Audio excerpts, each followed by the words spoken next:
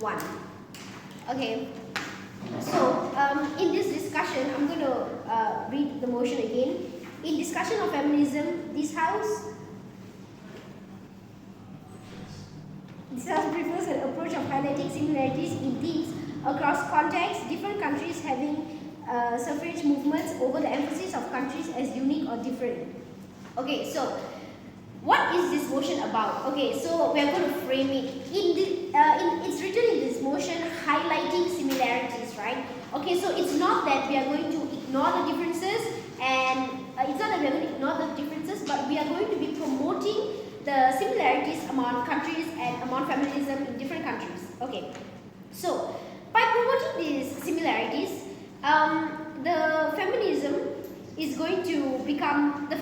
region is going to become more stronger and more bigger, and we are going to show and we are going to acknowledge that feminism isn't a bad thing. Okay, why?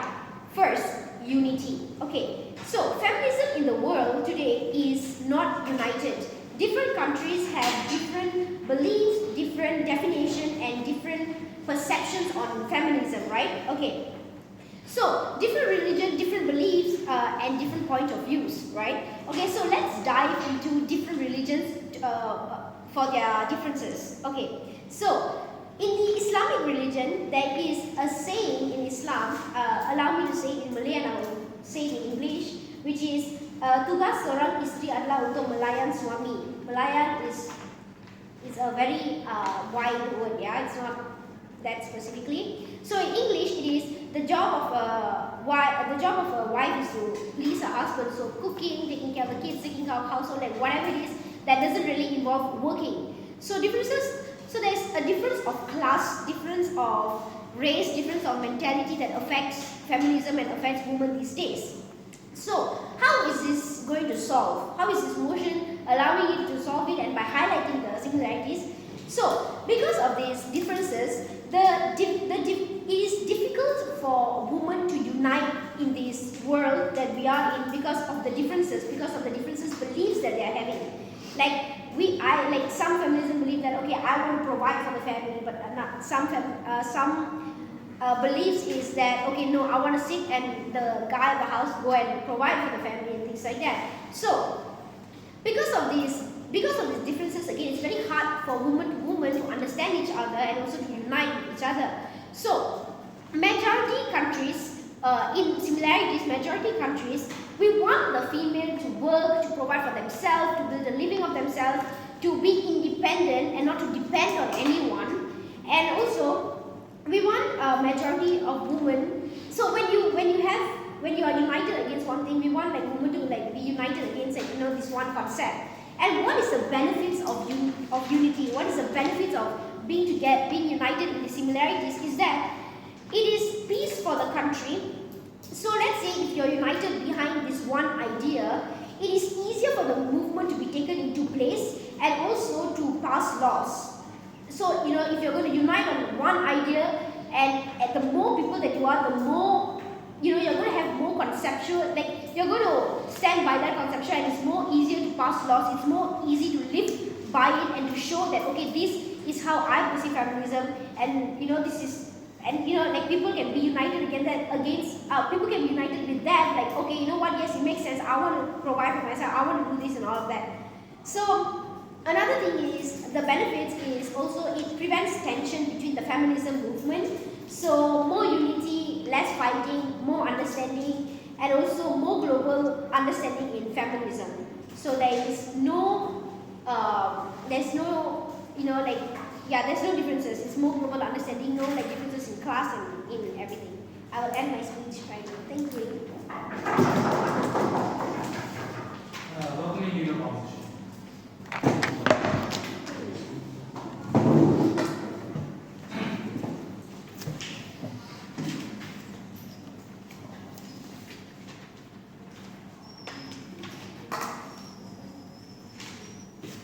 Okay, I'll start my speech in 3, 2, 1. Firstly, I would like to say that feminism means, just as the Prime Minister said, feminism means different things to different people. Because I believe that there are two main branches of feminism. there are Western feminism and there is Eastern feminism. In Western feminism, I believe there is a larger emphasis on independence and in independence and putting women on the same scale as men. But on the contrary, there is Eastern feminism. Things that happen in our country, in Malaysia, which I believe are more catered towards, which are more towards protecting women and protecting women's rights, such as the recent cases of molestation, rape. Eastern feminism wants these things to stop happening anymore. So that's why I believe that we need to have, we cannot put all types of feminism in under one blanket term. Because I believe that if we put it all in one blanket term globally, it will undermine the specific niches of the specific parts of feminism. Because if we just focus on the similarities, because I know all feminism matters and they have similarities, but I just want to preface this by saying that the differences are actually very crucial and should not be overlooked like that. I believe that they should also be the focus, because as I just said just now, Western and Eastern feminism are very, very different and they have very, very different ideals. So when you put it under one term, under one movement, it just undermines both.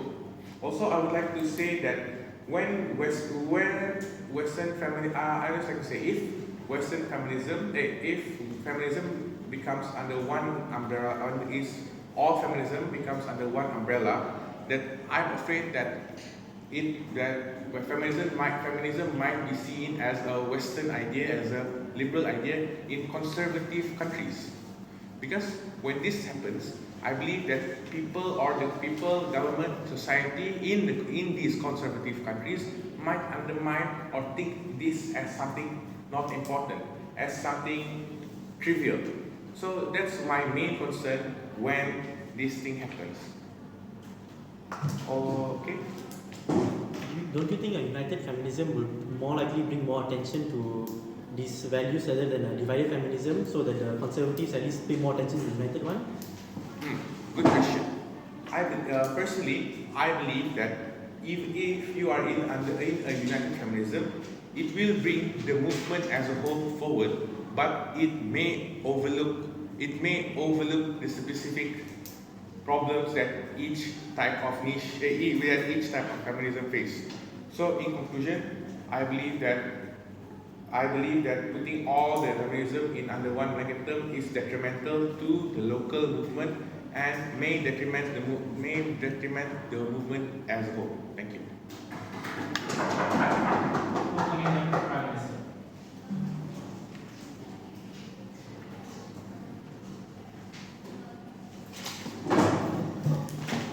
Okay.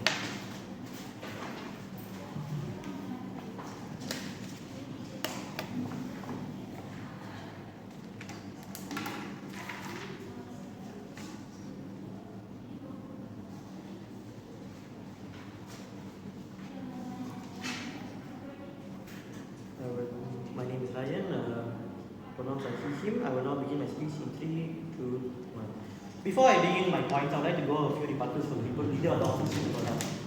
So the first thing he talked about was how Eastern feminism is different from Western feminism. We don't disagree, but when he says that the values are completely different, I disagree. Feminism in general, in our belief, feminism is some feminism has differences, but it also has shared values. Let's acknowledge that it does have shared values. Shared values, even in Eastern countries and Western countries, such as right to vote, right to work, and all these rights are shared values. So when he says that Eastern feminism is protecting women's rights, yes, that's also in Western feminism. It's also there, right? It's not literally existing under your world where Eastern feminism is that different from Western feminism. All right. Another thing that he brought up is how he removes the niche of like certain countries. Yes, but we're not erasing the niches. We're just trying to unite these people behind one common movement. Under our world, we're not going to say like, oh, ignore these problems. We're just going to say, overall feminism, this is how it looks like. This is the general idea. Of course, inside each country is going to be a bit different. We're not removing the niche, but we are at least uniting them under one common area so everyone can focus through today. So we're asking this, which is more likely to happen under ops of the world? So divided feminists is will it be, even if you remove the niche, even if let's say we remove the niche, right? You just remove the niche, which is more likely to happen? In a united families, at least will get more laws passed for women. But in a divided families, which is unlikely for the conservatives to even give a thought about this divided area because it's so little people. And whereas at least in a united feminism, you can push some laws, and if you remove the niche, then you cannot remove. When they are divided, they cannot do anything at all, right? So I hope people got that. I'm sorry if you didn't. So let's get one thing said here. Feminism in the developing countries and developed countries are very different. In developed countries, feminism is less about right to vote, right to less about that. It's more towards, I would say, the more radical ideas rather than the current this one. Because I think in Western countries, people don't disagree that women have already a right to vote. Women already have the right to work. No one's going to disagree with that. It's more about radical ideas such as some feminism are more radical. They will talk about how accusation of rape should be taken as true directly rather than having a court of law or the burden of proof was on the woman or anything like that. Is more radical ideas. In developing countries, it's more towards like the right to vote, right to work, more towards the pay, the wage gap. These are more things in developing countries, right? Because we see in Malaysia also, it's not much about like, it's more about like the wage gap and how like it's more difficult for women to get work in Malaysia compared to men, etc. So we must understand the differences between these developed countries and developing countries, right? So what's the problem there? Well, we believe that because we are not united against one front, we do not promote the social values of feminism, the conservatives of our country will look at feminism as a whole and only listen to the radical ideas. Why is that true? Because let's face it, developing countries consume Western media, right? We get a lot of Western media. I love Western movies, more than Western movies. But I love all these Western movies. I consume a lot of Western media. I think a lot of us also consume a lot of Western media. So they are more so the conservatives in our country are more likely to see the Western radical feminism rather than normal feminism, the one that's trying to fight for right to vote. And conservatives are not going to be like, oh, I want to vote for this legislation if it's going to cause like, men to get accused of rape or whatever radical ideas there is. Sorry, you don't answer. Conservatives are less likely to vote for all these ideas because they are very radical. Because they look at feminism as a whole and they think, oh, this is all feminism is, rather than they unite behind one idea of like a shared vision of like right to vote, right to work, which are all moderate ideas which I think conservatives can get behind. So even if it's not actually true that feminism is like all these radical ideas, because they're consuming the Western media, that is why they believe it. That is why they were more like, yes? As opening government said, governments are more likely to perceive feminist movements and family groups as more left-leaning and more radical. Don't you think that because they perceive majority of feminist groups to be more radical and more left-leaning, that in a case where there's a united collective of feminists, don't you think that these governments will still perceive them as radical? So repeat the question, buddy. I think I got it. Yeah. So you say that left-leaning feminists are more likely to be left-leaning. No, I disagree because the feminist values are not. Whereas feminists tend to be more left-leaning, but also in developing countries, feminists tend to be a bit more conservative than normal, right? I believe women in Malaysia are not very liberal, right? We see most women are decently liberal, but they're not so liberal to the left-leaning and more conservative, right? If you have one united vision of shared values, right, which is the right to vote, if you ask me, right to vote, right to work is not a radical idea, it's not a left-leaning idea, it's a moderate idea. I think most moderates can agree with that, right? So to say yes, developing countries, yes, feminism tend to be looked more towards like left-leaning, or that's the issue here. Because moderates are in the West, feminists are looked more towards left-leaning. That gives the perception that liberalism that all feminists are liberals. And the actual truth that most feminists are moderates or conservative in some countries. So why is this better? Well, we believe that the developed countries are the ones that need the most help in this scenario. Because developed countries generally, the feminist movement is already like set in stone, right? They already have most of their rights. It's not a huge issue today about feminism. It's more towards like other things as minorities and all. But in countries such as developed countries, we believe that because of this, moderates are more likely to vote for feminist policies because they do not see it as too liberal. So they're more likely to vote for legislation. And we believe that conservatives hold a lot of power in developing countries. We see this in Malaysia, where most of our government is conservative, and in most developing countries, conservatives hold a huge amount of power. So to sway those conservatives over, we need to have a shared idea of that these are the modern values that feminism will hold, rather than all the radical left-leaning things developed countries do. So in order for them to get legislation passed, to say the opposition, at least under our world, right, if we had a shared vision of moderate values, we are more likely to get laws passed, or at least like get some conservatives to think about it more likely. Because if you just tell a conservative, or I think men should be killed or whatever, etc., I think conservative, I know the feminists believe in radical feminists, right? It's unlikely to sway them over. With that, I'd like to end my speech.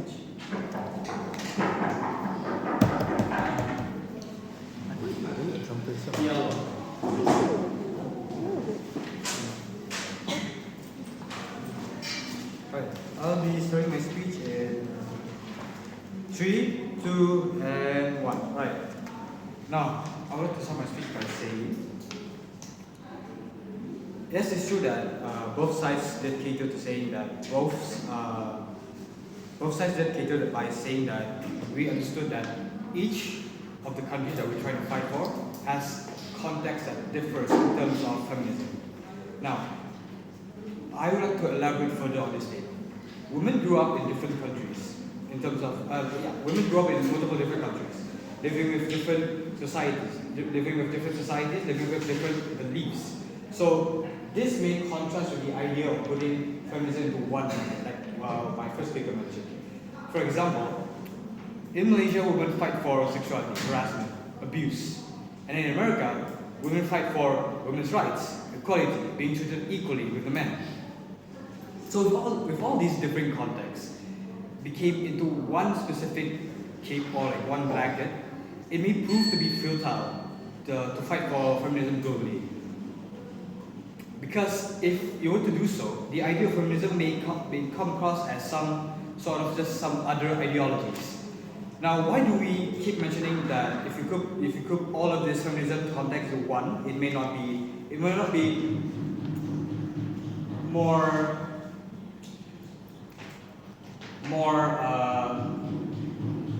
maybe more or less futile than having it to be solved by in one country, is because I think the factor that we need to consider in unifying feminism is that rather than prioritizing in numbers, it should be prioritizing in direction. Because, like I mentioned, each country has different ideologies or different understandings of feminism. By having one blanket of feminism, it may lead to different. Sure. Even if every single country has different perspectives of feminism, women being oppressed is still like one unified thing. Why is it good for you to separate them and make women like alone? Our understanding is this. Yes, they all feel a common shared value, that is oppression.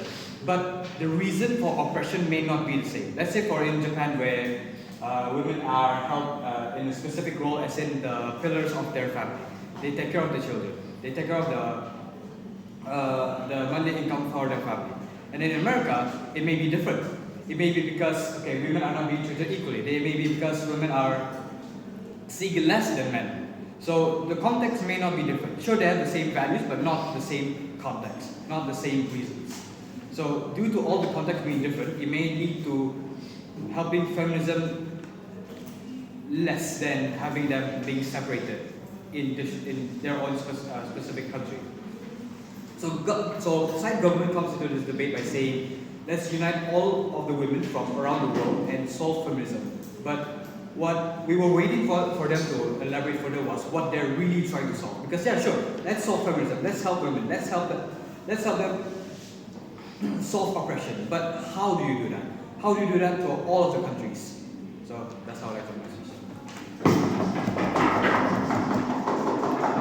Thank you, Diallo, coming from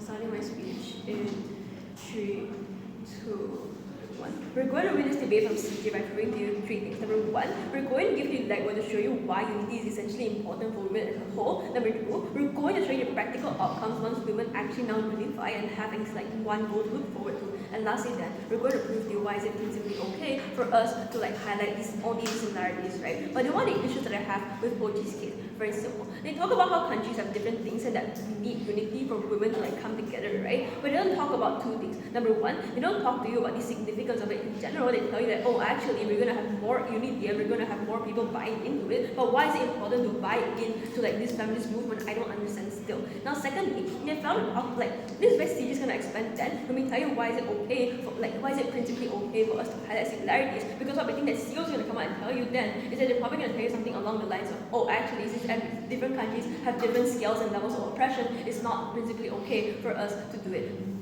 Right? What OG fails to prove to you is what their case is going to achieve for women in general, and what CJ is going to do explicitly is very simple. 2 things. Number 1, we're going to now show you why is it that feminist movements need buy-in, and why is it that we only get buy-in through these through making it into one similar thing, right? So 3 layers of analysis then. Firstly, why is it inherently true that feminist movements need buy-in in the first place? Social movements in general run on support. The more support they garner is the more likely they are to be able to achieve the things that they want to achieve. The more people that buy into the movement in the first place, the more likely is it that they're able to get the impact and the outcomes that they want to get, right? This was for example, trying to pass policies to give rights for people on the ground. It also probably looks like getting more funding in order to help women, things like that, right? Those things can only be achieved insofar as a large scale of people buy into the movement in the first place, insofar as more and more people actually trust movement and want to buy into it, right? So this means that the incentive of these movements in the first place, around discussion, right, is probably to get the largest amount of people possible that support it, and that this is inherently important to them, because insofar as not enough people support them, it's very difficult for us to get the rights that these women need in the first place, right? So then what the bottom line here is that these movements need to be palatable in order to get more buy-in and help people on the ground in the first place anyways. So secondly then, why is it that we get more buy-in insofar as you group it under one premise, right? We tell you that it's easier for women to opt into it in general, right? For example, it's using a general we need to stop female oppression thing. It's a lot more better, it's a lot more palatable, and it's a lot more proximate to a larger scale of people on the ground, right? For example, if you choose to specifically do something for example, in a certain country, they don't get rights to do X, Y, Z. In another country, they get raped often, and they get assaulted often, and they get barely any basic safety rights, right? We tell you then that when you group it under one general consensus, when you tell people on the ground that people women are generally just oppressed, women are generally aren't safe anymore because of the fact that people choose because men and things who made them unsafe in the first place. We tell you then it's more palatable for the people on the ground, it's more proximate to them, and that's why more women are likely to buy into it, more women are likely to believe it, and more women are likely to support this anyways. But before I go on, right, is there any people opening? Closing? Alright. So then, why is this an exclusive thing, and why is it only when you group it under when you choose to highlight similarities that you get more buy-in, right? Because you need a CEO might try to come in here and call this benefit and tell you that, oh, actually, women are going to buy into it if you do so choose to cater towards their specific needs, right? So why is it that when you highlight it, is it that you're going to get more buy-in? 2 things. Number 1 is that when you do so choose to get more when you do so choose to highlight their similarities, this means that people are now feel more proximate to it, especially people who are in developed nations who have less worry about feminist movement and things like that, who don't essentially have this urgency to suddenly support the feminist movement, right? We tell you then that when you group it under one thing, but when you say oh, actually we need a general consensus to stop female oppression, we need a general consensus to give women basic safety rights and to give them basic social security and stuff like that. We tell you then that it becomes more palatable for people on the ground. We tell you then that more and more people want to buy in. The delta under opposition then is that their side cannot get this benefit insofar as they choose to separate it, insofar as women and people on the ground in general are likely only going to opt in to the approach that is most proximate to them. They're probably going to just buy into the thing that is the most close to them, that is the most the nearest to what they have experienced, right? So why is it comparative under CG then? We're exclusively able to get 3 key things. Number 1, we get more buy-in, and insofar as we prove that why it's good for the movement in general, and why it's good for women's rights in general, we think that we can take this debate by proving to you why is it that we get more buy-in. Secondly, then, like we tell you that when we make the social movement palatable, they get more support, and with more support, then and only then can they actually choose to achieve the things that they want to do. For example, getting rights for women, for example, getting basic safety and raising awareness for the women who are like in dangerous situations, right? But secondly, on the principle then, as to why it's okay for us to highlight it under the same group, right? Because the opposition might come out here and tell you is that, oh, actually, in every single country, the scale of oppression is different, and therefore it's harmful for you to group it under the same group. For example, in America and like some developing nation, like for example Afghanistan, the rights of women are likely vastly different. So why is it okay for us to do this? Two key things. Number one is that women oppression generally runs under the same principle, right? For example, it runs under the fact that there's this sort of like inferiority. Like women are seen as a bit more inferior in like people's perspective. They're likely seen more inferior, right? So we tell you then that when you group it under one and we make it more palatable and more proximate to people on the ground, and when you like that people and like when you show them that like all women are like oppressed, most women are oppressed, and that you need to like cater towards them, we tell you then that it's a good thing insofar as you get more rights. But before his six, closing. Opening? Okay. So then, two things. Firstly, what does women oppression actually look like, and why do we say that it runs under the same principle and it's okay for us to do so? Within that, this women, female oppression, right, it likely looks like them not being able to go out at night without pepper spray. It probably looks like them like not being able to gain the things that most other people are able to do so, right? We tell you that it's okay for us to highlight the similarities insofar as most of it run under the same principle of wanting to oppress women's rights and wanting to like downgrade women and things like that, right? So then we tell you that CEO cannot come out here and tell you that it's principally unjust to compare a developed nation and like a developing nation and their rights and whatsoever because actually it's different. We tell you that it's okay for us to like had it on the same manner, insofar as what's going on is not going to be erased in its entirety. We're not going to start saying that, oh, actually women aren't allowed to get out of their house in Afghanistan. We're not going to like eradicate any of those things. We're not going to tell people that it doesn't happen. Or we think that we're like, what we think that it likely looks like is probably just an approach that tells people that, oh, yeah, right.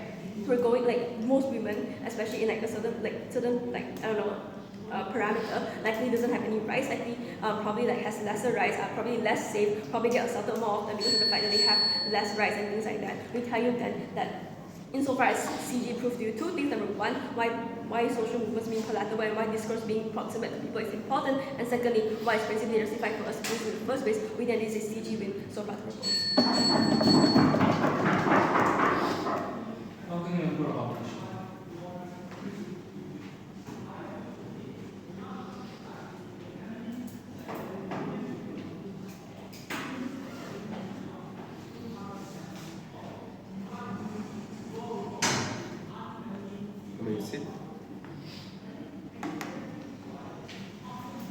I'd like to start my speech in 3, 2, 1. What I think is important for us to clarify in this debate is to really look into what these people look like, what these feminists look like. Because we've been, throughout this debate, we've been trying to separate what Eastern feminists look like, what Western feminists look like. We're sure we have maybe given some words of they may be radical, maybe they have this sort of beliefs and all that, but should we look into how do they work, how do they live in, and what is their conversation like, okay? What we on closing opposition want to do is we want to prove that firstly, even if you unite feminists and you find some common ground for them to unite, there will be one, fighting with them, two, discourse which can be considered as part of one, and three, bad perception from people, lawmakers and people who can actually do something about female rights. Okay? Now, before I go into that, I'll give some importance towards opening government or closing government. Okay?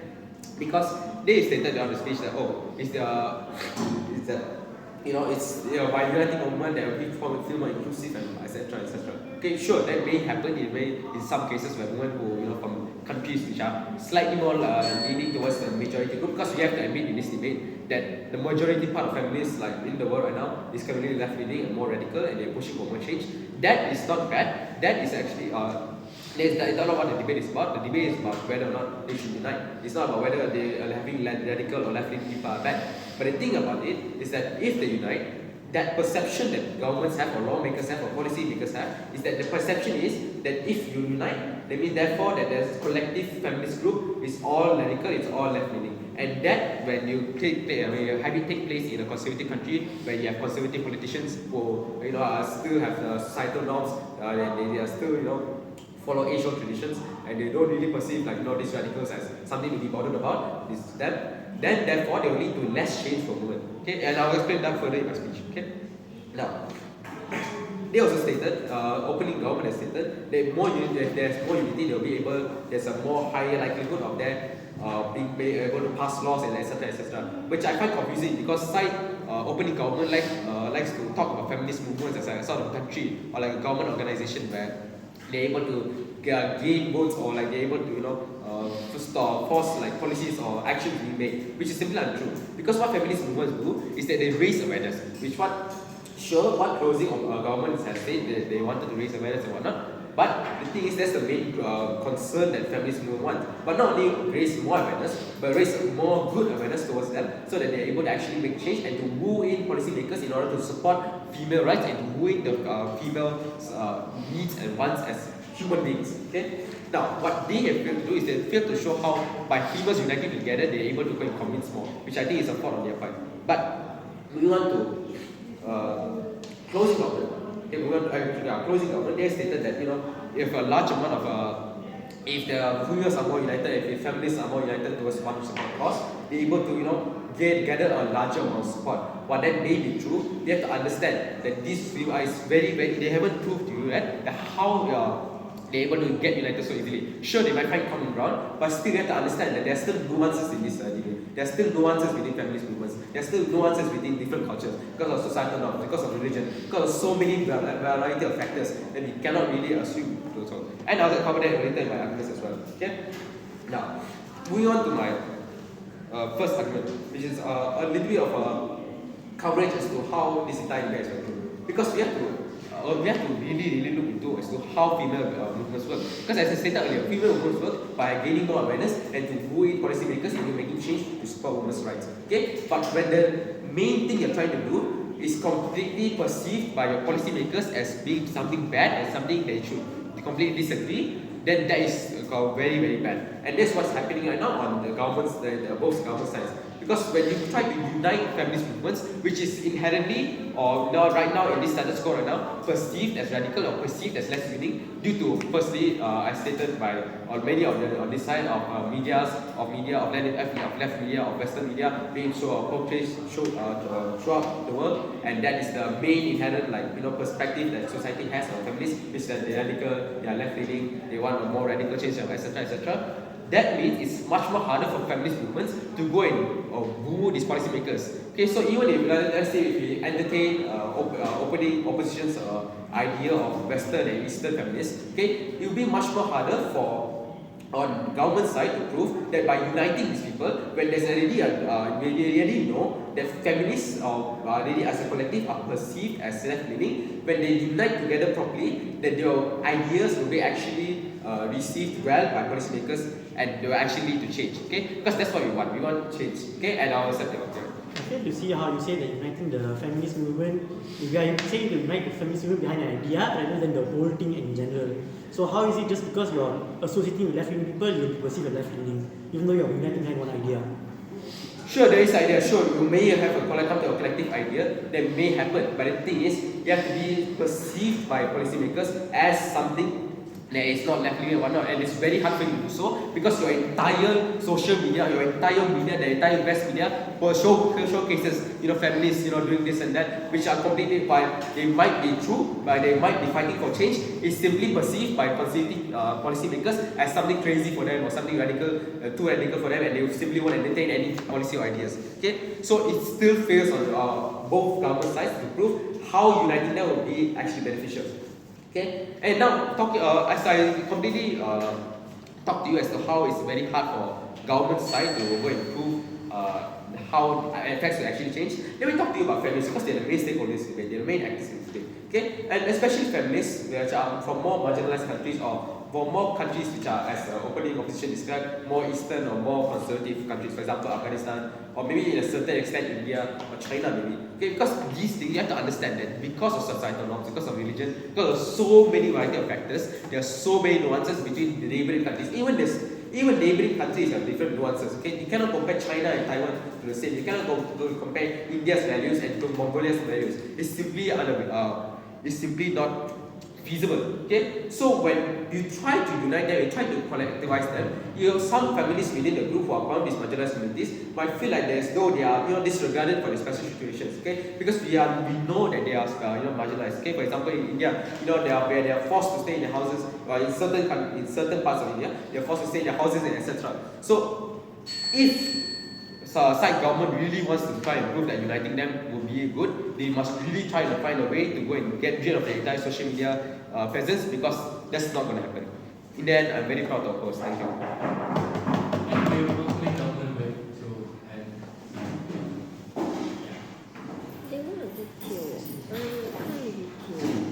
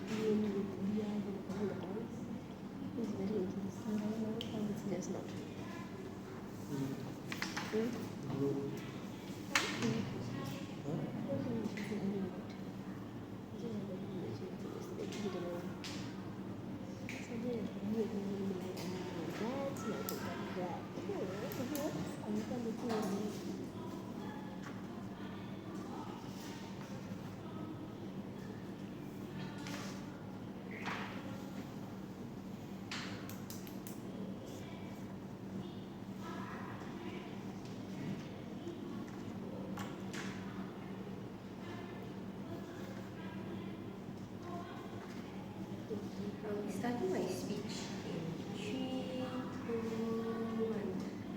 Three things I'll be doing in today's debate. I'll be firstly taking down OG, telling you why we outweigh OG, and I will deal with OO and CO collectively later on. So, firstly on OG, right? What did they push to you? They pushed to you about unity, and they pushed to you two things: unity and conservative, and like people consume radical ideas, right? But firstly on unity, and why we did it better in my members' speeches. We told you how we can achieve this long term and how the buy-in happens in the long term, right? What this does is that it's a prerequisite. The fact that without this, you cannot have it to sustain any laws, pass any laws, to have any rights in your house in the first place, right? Meaning we outweigh this by saying that this is an important piece of analysis that needed to be proved on their side on why having this in the long term, having buy-in in the long term is supposedly better, is supposedly important to this debate, that right. But then secondly, on the idea of conservative and how they consume people consume radical ideas and sway them over that, right. But the question here is, why do you need to sway them over? Insofar as this is not what the debate is about. The debate is about the vulnerable stakeholders of the feminist movement to protect the female rights. And we tell you that this is completely irrelevant to the debate insofar as the vulnerable stakeholders are those in Afghanistan still not having their rights, still not having their findings then, right? So then the bottom line here is that we prove to you few things, right? We prove to you why is it necessarily important for you for these things, for the proximity to happen, for the mechanization to happen, proximity happens and people will feel related, that's why they buy in. We prove to you why it's so important then, right? But before I move on, one second. You claim that it's not part of the debate to go and argue about whether policymakers agree with feminist movements or not. But how do you think that Afghanistan women are going to get their rights when their own policymakers won't be having them? How movement works is that if you have people buying into the movement, if you have people funding into this movement, only then, because note that we are not saying the fact that you are completely abandoning people, we are not fully abandoning these type of things, right? The thing is, if you have this conservative movement in this conservative country, if the Western liberal media see these people, they feel more proximate when they see people in suffering, because note that the difference is that Western people, they will never relate, they can never relate to things like not being suppressed and wearing a hijab. What they can relate to, what is most proximate to them, is that women, the idea of women being so oppressed, the idea of women having no rights, that is what they relate to, that's why they fund these things. when they fund this type of social movements, then only then these social movements can garner the money that they need, garner the attention that they need in order to do the protest that they really need, in order to make social change then against the government then, right? But then moving on here, right, on tackling O's case, on which principle should you buy? Is it okay for you to buy a principle that promotes, different people have different sufferings and therefore they should be seen? Or is it possible to buy into this principle that, it's better to highlight similarities than, right? So we tell you that insofar as this, if you highlight the movement, it gives you more rights when people try to buy in. We tell you that it gives you more practical goods than, right? Also note that when as women, right, you can agree that we need rights, but not all women can relate to the fact that, these people in different countries have different needs. But then moving on to the responses then on how overlooking problems happen, right? We tell you that this is likely not going to happen. You are not likely going to overlook any problems at all. When the social movement garner the support and attention they need, when they garner the money that they need, the people in charge of this demographic people, they can take the need to cater to these people in charge then, right? They can take this money in order to cater to these people. And we tell you that is when the change happens, right? When people in the West are able to fund these people in the East. We tell you that we are going to outweigh them by telling you how it is more likely that people buy into the fact that I feel good because I donate to these women who are oppressed then, right? We tell you that it's hard when there's many different type of ideas then, but which I will tackle CO's case now of why they keep pushing about their different nuances in feminism. Isn't that the exact reason why you should buy into why you should highlight the similarities then? If there are nuances in feminism, there are different specific parts, meaning that you should buy into, meaning that when you highlight it, it's much easier for you to understand feminist movement then, and that's why we get more attention and support then. Why is this true? A lot of people why is it untrue that they can make change in their world, right? A lot of people it's hard for different people to fit into different type of things, right? If they fit into this specific movement, if they fit into this specific movement that Afghanistan women have no rights, right? They just fund these specific people only. It's not like they're gonna fund they're gonna buy the ideology then, right? They just think that this is something that. But then moving on to the fact that they keep pushing about the Western idea of it, how Westernization is going to control these type of things, right? We tell you that insofar as that when the similarities is that the fact is that women are oppressed, that is what the feminism movement is fighting for, that the message is delivered, it doesn't really matter of what people perceive to Western radical ideas of feminist movements to be like. Because when the conservative areas, when they look at this type of Western media, then we tell you that we are able to win on the fact that the Western media will buy into the conservative, will help the conservative, then we flip this on them entirely, right? But then they tell you that, we tell you, the bottom line is that we prove to you a few things, right? We prove to you why principally it is completely okay for you to highlight the similarities insofar as we are not abandoning them. But then the second bottom line is that we prove to you how more changes happen, how Western media being perceived isn't that much as important as something you should cater to when the vulnerable stakeholders when the vulnerable stakeholders are the one being harmed, when the fact is that when other people perceive, it does not really matter insofar as these people are the ones that we can protect. So proud to be CEO. Welcoming opposition ready to finish today.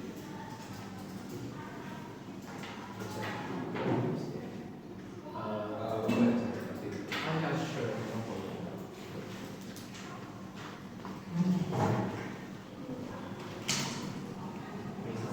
Yeah, I know. I think I should get out. I think we should get out. Oh, special data rules. Data rules is check and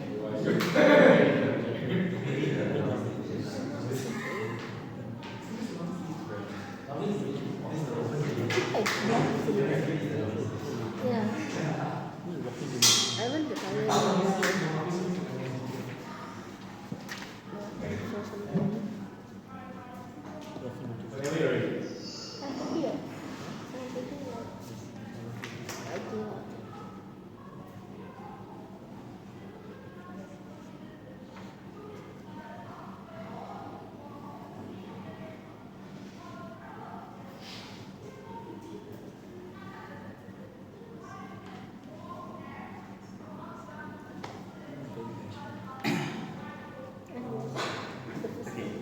to start my speech in 3, 2, 1. Okay, the first thing we have to identify in this debate is both sides of the government and opposition both have to acknowledge that there are inherent differences between cultures and countries, right? There are different belief systems and due to a myriad of factors like religion or maybe even historical factors. And also side government didn't really give me like a policy on how.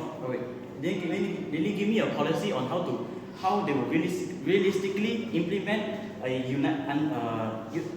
feminist movement united under one single ideology. And because of even though it's not a policy motion, but they still didn't give me like they still didn't really explain to me how they would try to make quote unquote Eastern or underdeveloped countries from implementing their from Western or developed ideologies, right? They didn't really explain to me how they'll do that, and because of that, I find it realistically and practically hard to believe them on how it would realistically plan out. Like they didn't explain to me like logistically, and also. To unite under like one central ideology, right? And because of like there's an inherent difference in like difference in beliefs and cultures around the world. it makes a movement of like separated decentralized movements more practical compared to a united under a singular centralized movement. Now this is because not every country is the same. Not every country is like America. There are Western or Eastern or developed and underdeveloped first world and third world countries. It's much easier to implement a system. Much easier for the feminist movement to like implement and change things and advocate for things if it's different across many different cultures, because there's an inherent difference in culture and belief. Now. These feminist movements will be entirely dependent on their culture and their context, like advocating for their specific needs, right? And also, if government wants, they keep pushing us on how a singular united movement is inherently better, but also we have to acknowledge that most of these countries convincing other countries to unite under a single movement, most of them are from quote-unquote Western or developed countries, right? Because in their countries they already have like decent like a foundation for women's rights. Most of them have like basically like they can vote. Most of them maybe have equal pay, and then this might they cause a possibility. I'm not saying it's guaranteed, but there's a possibility of them to advocate some radical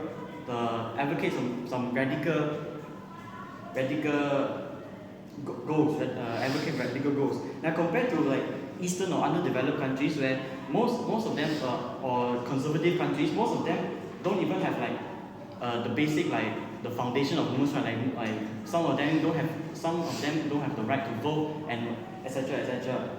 Now because of this, they both are Western and Eastern are both fighting for a different goal.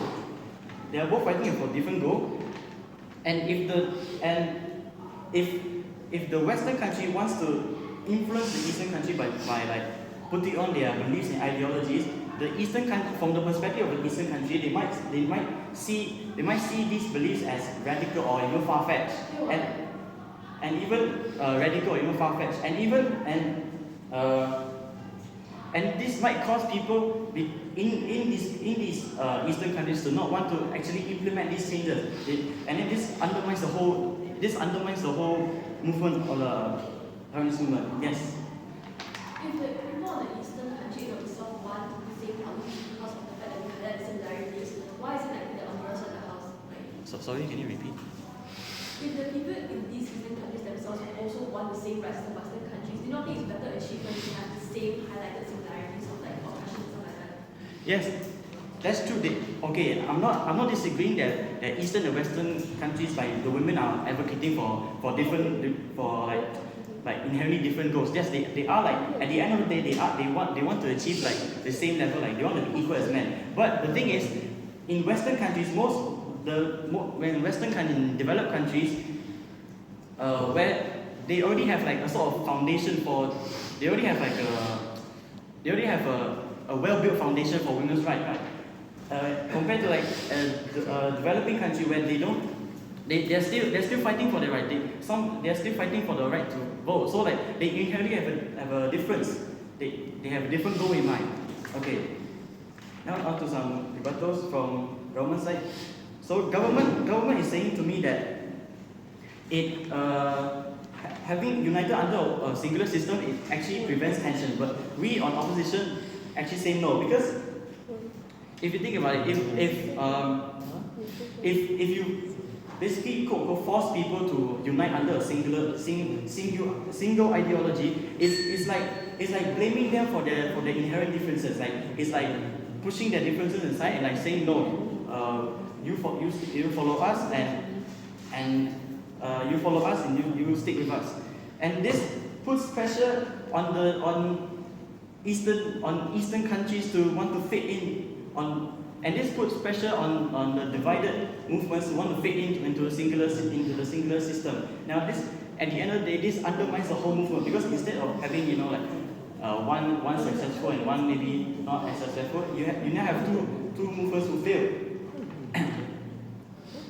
And also, if they are all united under a singular ideology, there's a risk of discrimination among women. Because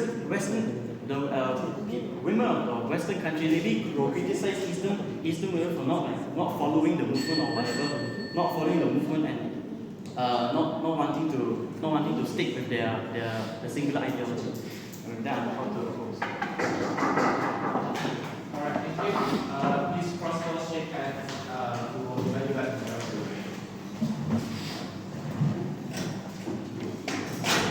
Hey, I never seen you before. Never seen you. Not even the gym. Move out, stop stretching. Sorry. Move up. Please shake hands faster.